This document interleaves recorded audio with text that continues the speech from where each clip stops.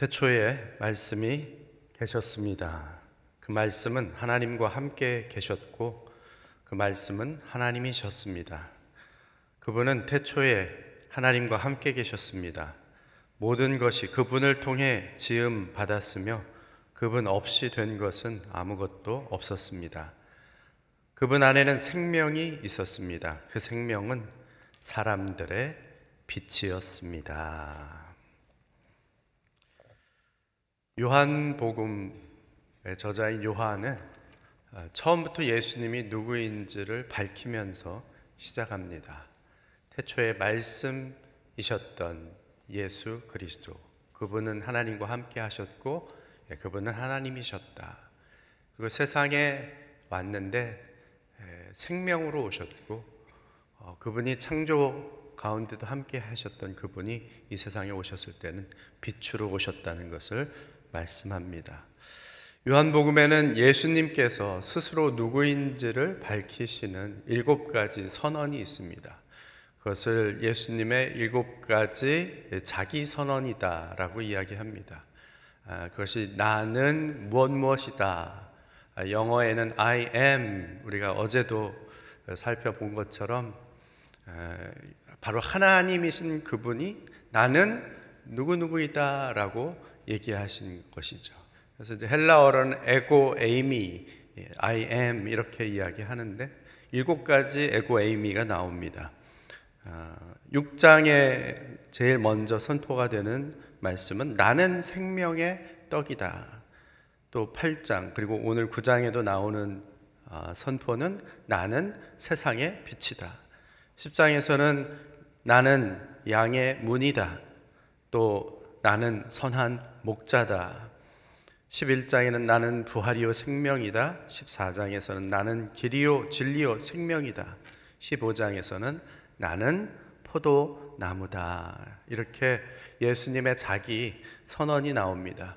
이 말씀들을 통해서 예수님도 스스로를 이런 분으로 증언하시면서 요한이 처음 이야기했던 태초에 계셨던 그 말씀, 하나님이신 말씀, 땅을 지으시고 또 천지를 창조하신 그분이 이 세상에 빛으로 오신 바로 예수 그리스도이심을 증거하고 있는 것이죠. 계속되는 요한복음 말씀을 통해서 예수님께서 누구이신지를 우리가 더 깊이 알아가고 또 말씀에서 선포되어진 그 주님, 그 선언하신 그 주님을 우리의 삶 속에서 직접 체험할 수 있게 되기를 주의 이름으로 축원합니다. 오늘 9장은 이제 눈먼 사람을 고치시는 예수님의 사건입니다. 1절에서 5절의 말씀 같이 한번 읽습니다. 시작.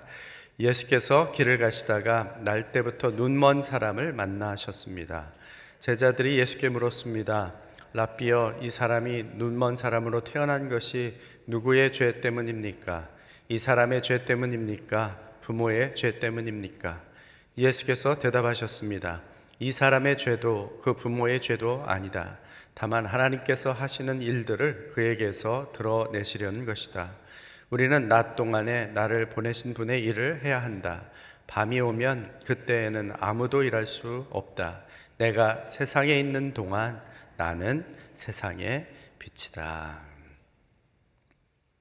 예수님께서 길을 가시다가 날 때부터 눈먼 사람을 만납니다. 예수님께서 누군가를 만났다는 것은 그 만난 자체로 사건이 되죠. 내가 사람을 만나면 그냥 스쳐 지나가는 만남이 되고 말지만 내 안에 있는 예수 그리스도께서 그분과 함께 누군가를 만나면 그 만남은 사건이 될 수 있는 거죠. 하나님의 사건, 구원의 사건, 생명의 사건이 될 수 있는 것입니다. 이때 제자들이 눈먼 사람을 앞에 두고 예수님께 묻습니다. 이 사람이 눈먼 사람으로 태어난 것이 누구의 죄 때문입니까? 자기 죄 때문입니까? 아니면 그 부모의 죄 때문입니까? 대단히 고상하고 신학적인 질문을 하고 있는 것 같지만 사람을 앞에 두고 할 소리는 아닌 것 같습니다. 눈이 멀어 태어난 것도 힘이 든 인생인데 거기다가 누구 죄 때문에 이 모양이 된 것입니까? 우리는 남의 말하기 좋아하죠. 그 사람에게 일어난 사건은 언제나 뉴스거리가 됩니다. 그 사건을 나름대로 객관적으로 분석하고 평가하고 결론을 내린다고는 생각하지만 사실은 그래서 가십이 생겨나고 사람에게 딱지를 붙이고 그 사람을 심판하고 정죄합니다. 하나님만이 모든 것을 아시고 심판하시는 분이신데 마치 자신이 하나님인 양 하나님 노릇을 하려 듭니다. 여기 제자들이 그렇습니다. 이 사람에게 닥친 이 고난의 사건은 누구의 죄 때문일까요? 마치 모든 고난과 어려움과 질병이 누군가의 죄 때문인 것으로 전제하고 있는 것이죠. 그것을 절대화하고 있습니다. 물론 누군가의 죄나 허물로 인해서 생겨나는 고난과 고통이 있습니다. 그러나 삶의 모든 고난을 놓고서 모두가 다 누군가의 죄 때문인 것으로 누구 탓만을 할 수는 없는 것이죠. 예수님이 말씀하십니다. 이 사람의 죄도 그 부모의 죄도 아니다. 죄 때문에만 고난이 고통이 주어지는 것은 아니라는 말씀이죠. 다만 하나님께서 하시는 일들을 그에게서 드러내시려는 것이다. 이 사람이 눈먼 사람으로 태어난 것이 그 고난이 그 어려움이 이렇게 남에게 구걸하며 살 수밖에 없는 처지가 된 이 비참한 인생의 모든 순간순간 그 여정이 도리어 하나님께서 하시는 일들을 드러내기 위한 바로 그런 고통, 그런 어려움, 그런 고난이라는 것이죠. 여기서 우리는 고난에 대한 예수님의 해석을 보게 됩니다. 모든 고난이 다 죄 때문이 아니다. 고난이 도리어 하나님의 일을 드러내는 도구가 될 수도 있다라는 것이죠. 여기 드러낸다라는 드러낸다는 단어는 종종 예수께서 그리스도이심을 드러낼 때 사용되는 단어이기도 합니다. 그리고 또 하나님께서 하시는 일, 그것을 드러낸다 했는데 하나님께서 하시는 일이라는 것에 대해서 요한복음 6장 29절에 예수님께서는 이렇게 말씀하십니다. 하나님의 보내신 자를 믿는 것이 하나님의 일이니라. 하나님의 보내신 자를 믿는 것, 곧 그리스도를 믿는 것, 예수님을 믿는 것이 하나님의 일이다. 예수님께서 그렇게 말씀하셨어요. 결국 이 눈먼 사람의 고난이 예수가 하나님이 보내신 그리스도이심을 믿는 사건이 될 것임을 예견하고 있는 것이죠. 먹을 것이 없는 광야를 지나는 사건, 고통스러운 사건입니다. 그러나 바로 하나님이 만나를 공급하시는 신실한 하나님이심을 알게 하는 사건이기도 하죠. 만나를 주신 사건은 그냥 줄인 배를 채우는 것으로 끝나는 사건이 아니라 사람이 떡으로만 사는 것이 아니라 하나님의 입에서 나오는 모든 말씀으로 사는 존재가 바로 우리라는 사실을 알려주는 사건이기도 한 것입니다. 광야 같은 인생을 살아가는 저와 여러분에게 닥친 고난, 그것은 형벌이나 심판이 아닙니다. 고난 때문에 이스라엘 백성들은 광야에서 불평했습니다. 원망했습니다. 그러나 고난 때문에 불평하거나 누군가를 원망할 일이 아니라는 것이죠.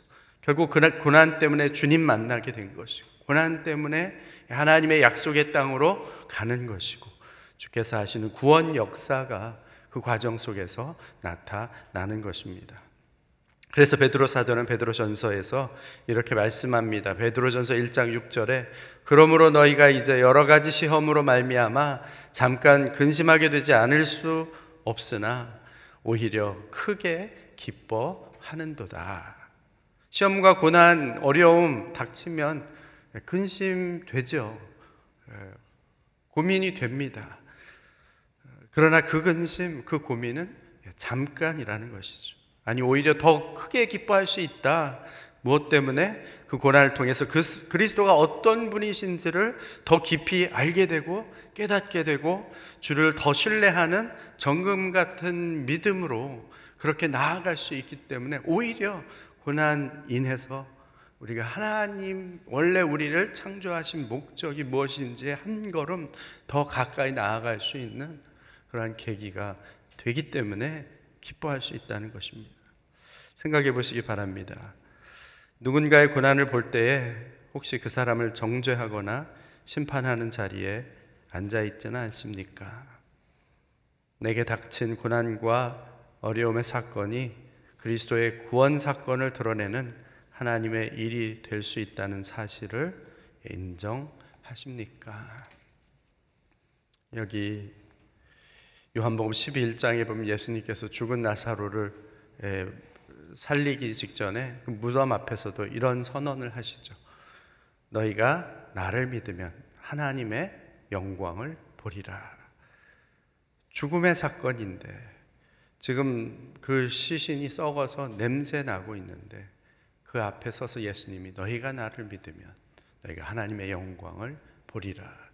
이것은 단지 나사로가 부활해서 다시 살아나는 것만을 이야기하는 것이 아니라 나사로가 죽었기 때문에 부활하는 장면, 거기에서 결국은 예수 그리스도의 예표의 사건으로 예수 그리스도께서 죽으시고 다시 부활하시고 이 땅 가운데 어둠 속에 갇힌 절망, 그 죽음, 그 사망 속으로 들어가고 있는, 영원한 죽음 속으로 들어가고 있는 인류에게 다시 살 소망이 있음을, 하나님의 영광을 볼 수 있는 사건임을 선포하고 있는 것이죠. 우리에게 당한 고난과 어려움이 도리어 하나님의 영광을 드러내는 그리스도의 구원 사건이 되기를 주의 이름으로 축원합니다. 여기 5절에 예수님의 7가지 자기 선언 중 하나가 나오죠. 8장 12절에서도 우리가 봤었는데 동일한 선언이 있었습니다. 나는 세상의 빛이다. 평생을 어둠 속에 갇혀있던 눈먼 사람에게 선포하신 것입니다. 그리고 이제 그 눈을 열어 보게 하십니다. 6절에서 12절 말씀 함께 읽습니다. 시작. 이 말씀을 하신 후 예수께서 땅에 침을 뱉어서 진흙을 이겨 그 사람의 눈에 바르셨습니다. 그리고 그에게 말씀하셨습니다.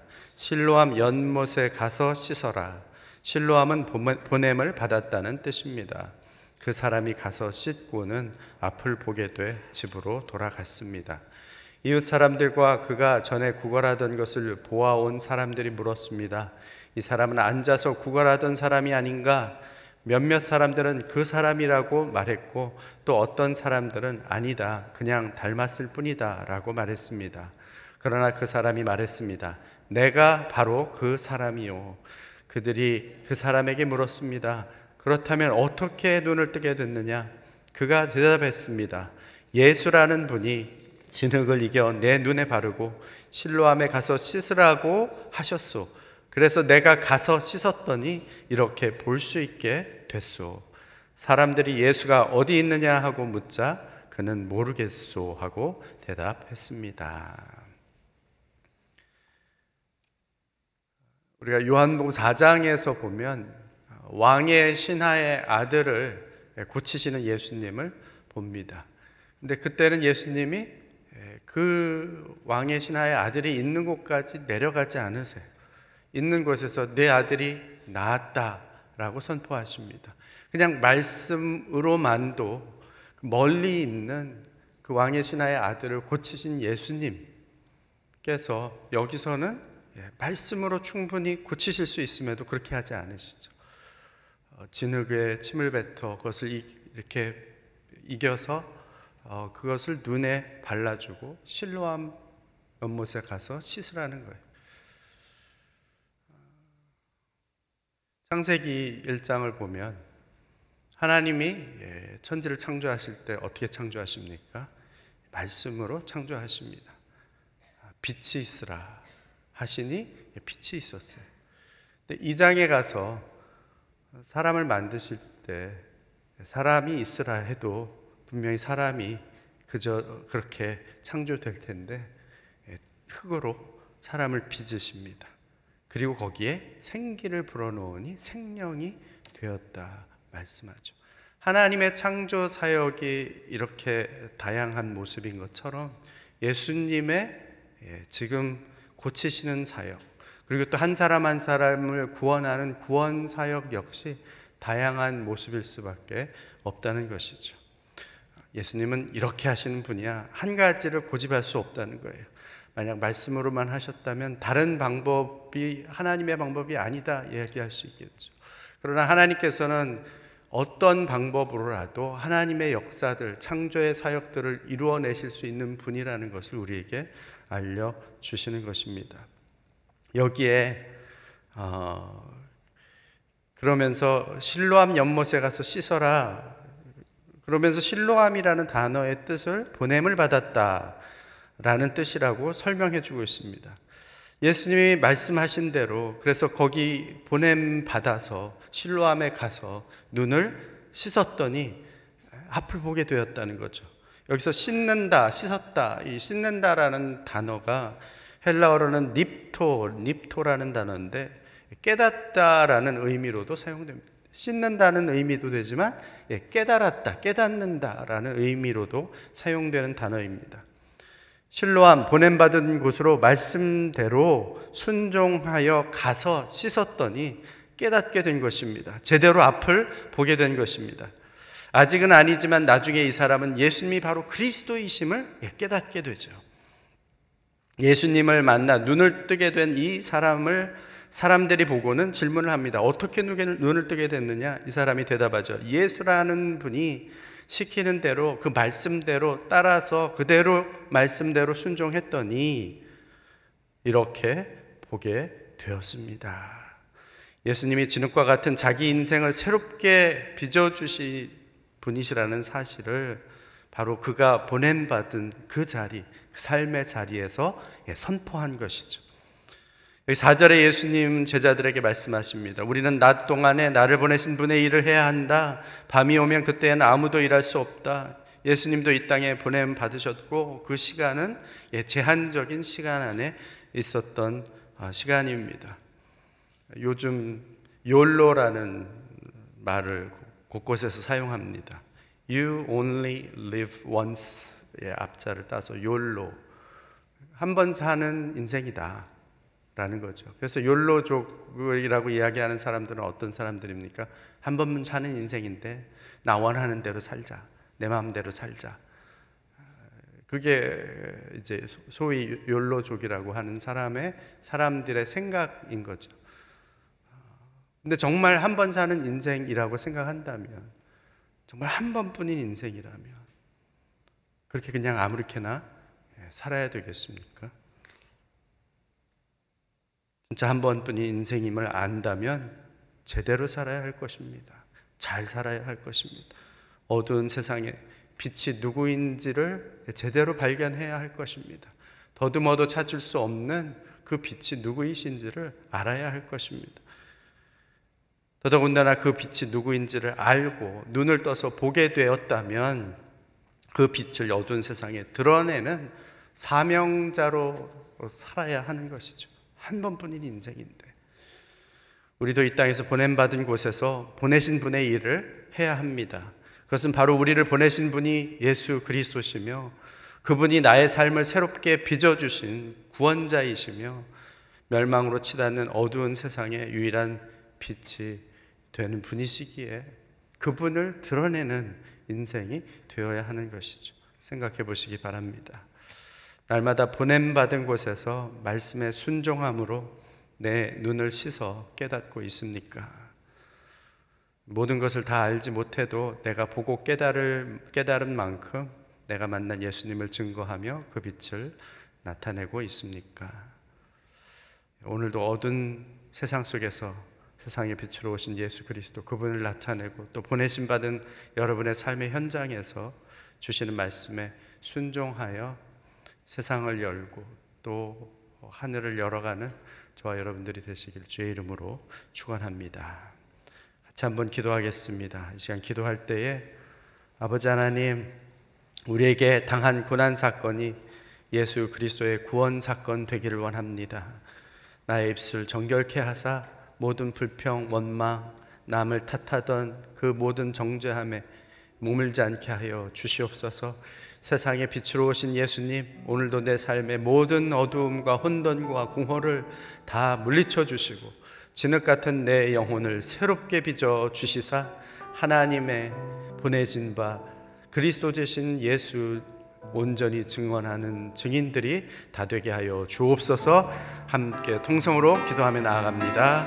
아버지 하나님, 그렇습니다. 우리 삶 속에 주어진 많은 고난의 일들, 어려움의 일들이 있습니다. 어렵고 힘들고 버겁고 무겁지만 그럼에도 불구하고 아버지 하나님이여 이 광야의 여정 가운데에서 하나님이여 이 사건들을 하나님의 놀라운 기적의 사건과 구원의 사건과 우리를 새롭게 빚으시는 사건으로 아버지 하나님 삼아주실 것을 기대함으로 나아갑니다. 역사하여 주시옵소서. 새롭게 하여 주옵소서. 우리의 심령이 주님 앞에 있사오니 하나님 진흙과 같은 우리의 인생을 새롭게 빚어주셔서 하나님 원하시는 그릇으로 만들어 주옵소서.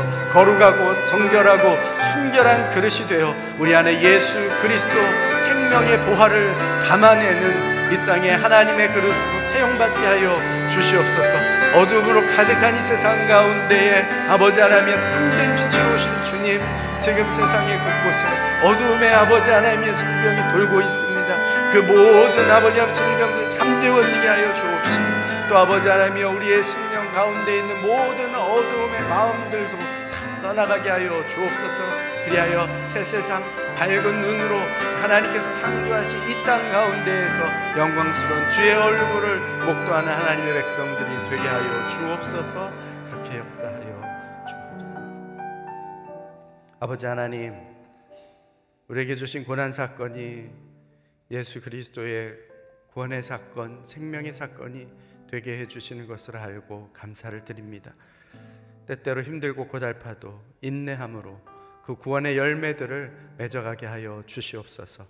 진흙 같은 우리를 새롭게 하시고 또 어두운 구석구석을 밝게 비춰주시니 감사합니다. 말씀하시는 대로 순종하기 원합니다. 보내시는 그곳에서 우리의 눈을 열어주시고 깨닫게 하시고 날마다 주의 얼굴, 그 영광의 얼굴을 목도하게 하여 주시옵소서. 이제는 우리 구주 예수 그리스도의 은혜와 하나님 아버지의 사랑하심과 성령의 교통하심이 진흙과 같은 내 인생을 직접 찾아오셔서 빚어주시고 나의 영혼의 눈을 뜨게 하셔서 보냄받은 곳에 나아가 사명자로 살라 하는 말씀에 아멘으로 응답하는 이 자리에 머리 숙인 주의 백성들 위에와 주의 몸된 교회 위에 땅끝에서 그 사명 다하고 있는 선교사님들 위에 이제로부터 영원토록 함께 하옵시기를 간절히 축원하옵나이다. 아멘.